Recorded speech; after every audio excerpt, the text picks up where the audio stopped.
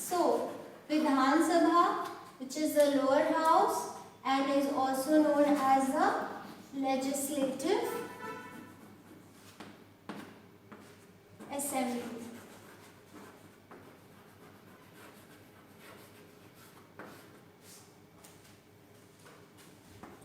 First of all, the maximum number of members who are the part of Vidhan Sabha is 500 and minimum it's 60. So maximum number of members of Vidhan Sabha is 500 members and minimum number of members is 60 members. However, there are some exceptional cases or exceptional provisions also provided by the government. What are those exceptions?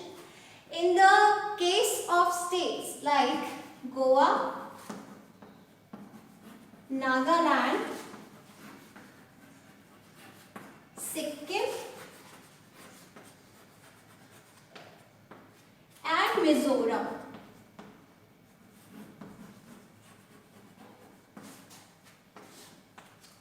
the number of members of Vidhan Sabha in these four mentioned states varies from 30 to 40, which is below 60. The average minimum required amount of the members of the Vidhan Sabha for all the other states, it's less than that also. Why? Because the number of the members of Vidhan Sabha of each state, it depends on the number of population it has. So they are chosen on the basis of the amount of people or the number of people who are living in a state. So these states are, you can say that, very less populated. So in comparison to the rest of the states where the maximum number of members is 500 and minimum is 60, they have the maximum and minimum, both the numbers, between 30 to 40 members. Alright, now their work duration is of 5 years and they are directly elected by people, the common people, and they speak for the problems, for the issues of the people. They represent the people. As I told you, the MLAs or the member of legislative assemblies, they are the members of the legislative assembly or the Vidhan Sabha. They are directly elected by the people. They represent the people. Their working is for 5 years, though they can also be dissolved or finished earlier. By whom? By the president. On whose recommendation or suggestion? On the recommendation or suggestion of either the governor or the chief minister of the state. If any one person out of these two recommends the president that the Vidhan Sabha of this state, of their respective state, has to be dissolved earlier, that is before 5 years, their working tenure can be dissolved before than that, though it can also be extended after 5 years for 6 more years by the president, but it should not be more than 3 years. So they can also be extended for maximum time limit of 6 months, and they can also be dissolved or ended earlier by the president on the recommendation of either governor or the chief minister. Now, the people who vote for the members of the Vidhan Sabha, they should also have certain eligibilities. Now, what are those eligibilities that make a person a liable and a eligible voter to vote for his member of the Legislative Assembly? Let's have a quick look. Alright, so now let's have a look at the eligibilities of the voters.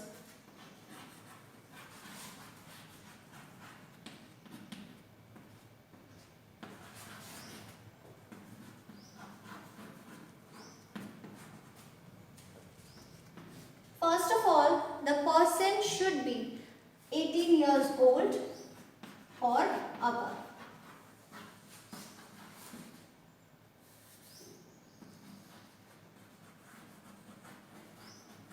Any person who wants to cast his or her vote in the elections for any chosen candidate of his or hers should be of 18 years old or above. And under the concept of universal adult franchise, which provides us children the right to vote. If you remember, we had also studied about it in our last class, that what is right to vote and what is universal adult franchise. Universal adult franchise is the concept which provides us the right to vote to any Indian citizen who is of 18 years old or above. That person becomes a legal and the rightful voter. Then under this concept, the elections are held very secretively under the concept, under the system of secret ballot, in which no one can know that the person or the voter has voted for whom, because no one can be pressurized, none of the voter can be pressurized to vote for another candidate if he or she does not want to. So he has the free will and free power to vote for his or her favorite and chosen candidate. Plus, some seats are also reserved for the people belonging to the scheduled caste, scheduled tribes and other backward classes. And it is also saying that under universal adult franchise, the people are not discriminated in any manner under any circumstances on the basis of their caste, color, creed, religion, gender or regional language that they speak. So, next eligibility is that the person should be a certified and a registered voter.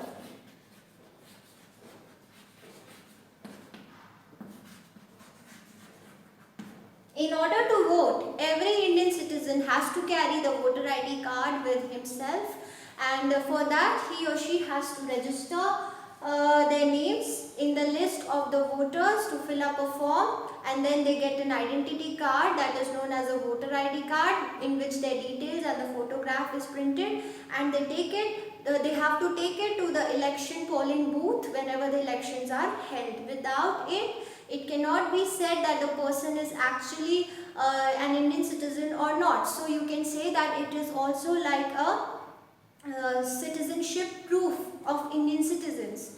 Next and the last one is that the voter should not have any criminal background.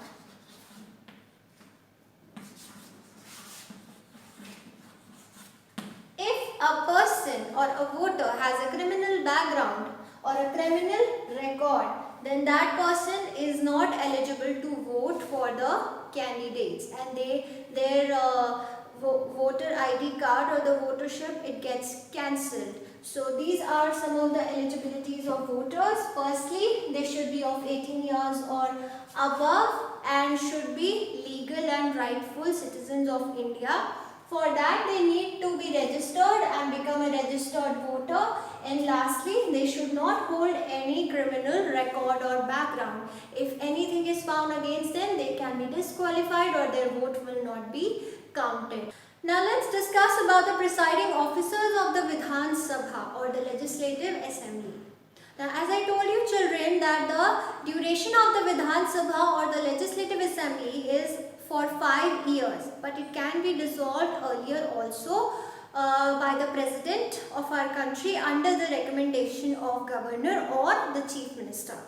And apart from the dissolving of the Vidhan Sabha, it can also be extended in terms of emergency for maximum period of 6 months. Now, who are the presiding officers of the Vidhan Sabha? They are the Speaker and the Deputy Speaker. Now, just like the Lok Sabha, the Vidhan Sabha also has a right to choose and elect its own Speaker and Deputy Speaker after the elections of the members of the Vidhan Sabha is completed and the first sitting is held after the completion of the election. So, in the first sitting, the members of the Vidhan Sabha, they elect their Speaker and Deputy Speaker, and the Speaker has various important important functions to perform. Though there are many functions, but I will be listing down only some of them out of it for your understanding. So now let's understand the functions of the Speaker of the Vidhan Sabha or the Legislative Assembly. So the first function of the Speaker of the Vidhan Sabha is that he or she presides over the meetings.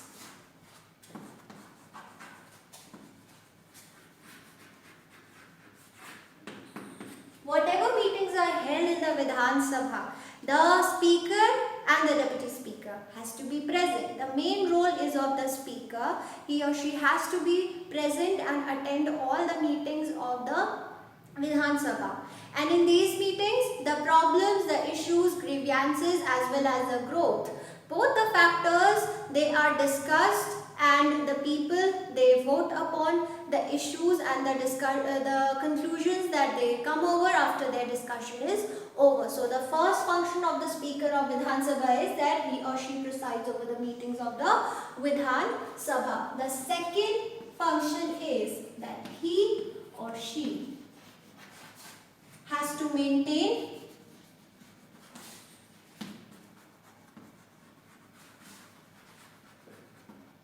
discipline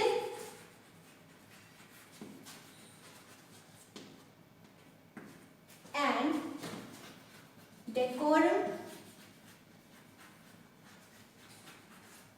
in the meeting.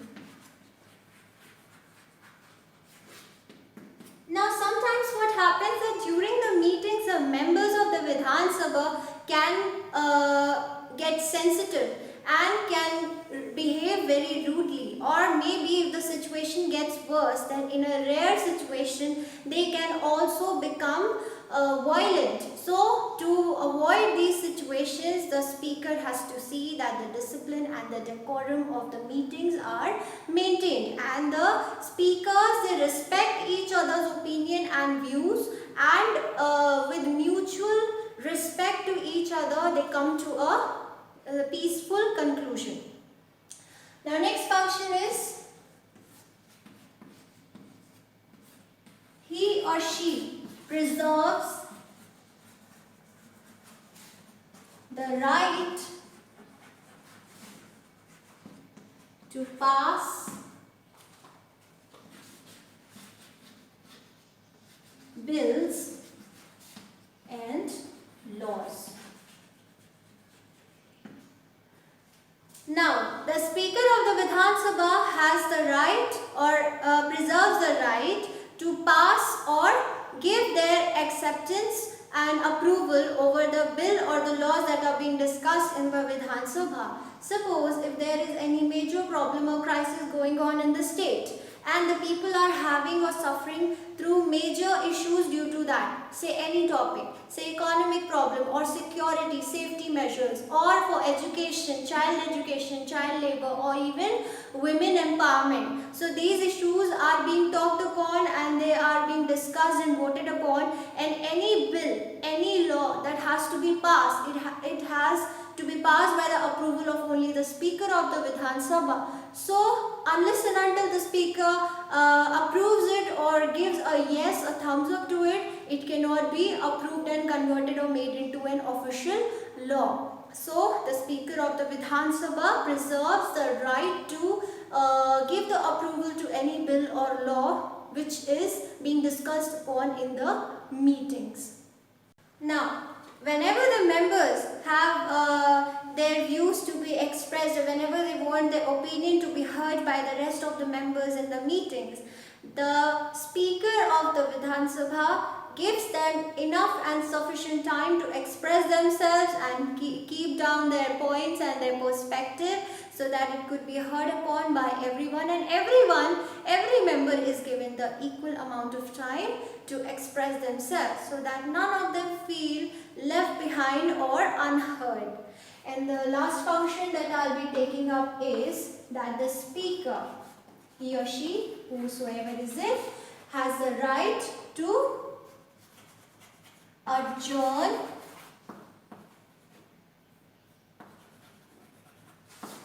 meetings. Now, it is not compulsory that the meeting can come to its conclusion or a final decision in one single sitting. It can happen that the topic is very grave and serious and the meetings had to be continued even after a certain period of time or for next sitting. So, the speaker of the Vidhan Sabha can adjourn the meeting and carry it forward in the next week or on the next particular day which he or she decides. So he or she has the right to adjourn the meeting and carry them forward from where they left in the last sitting, so that there is proper justice provided to the issues and problems of the people. So these were some of the functions of the presiding officer, that is the speaker of the Vidhan Sabha. I'll quickly recall it, children. Firstly, the speaker presides over the meetings. It is very necessary for the speaker to be present in the meeting. Then the speaker has to maintain discipline and decorum in the meetings. He or she has to see that there is no situation of violence or verbal abuses or foul languages to be used during the meeting whenever a sensitive issue is taken over during the time of meeting. Then next is the speaker preserves the right to pass bills and laws. Any bill, any law cannot be considered as an official law without the approval of the speaker. So he or she has the right to do so and give his or her approval. Then he or she gives time to members to speak. Every person, every member of the meeting is given equal time to express themselves so that they don't feel unheard. Then the last one, the speaker can adjourn the meetings, means they can carry forward the meeting in the next session, in the next sitting, because it is not possible to achieve or to come across the conclusion at any specific topic in just one single sitting. The meetings goes on for a long period of hours and it is very necessary to look into all the aspects and perspectives of the topic on which the meeting is being held and discussed.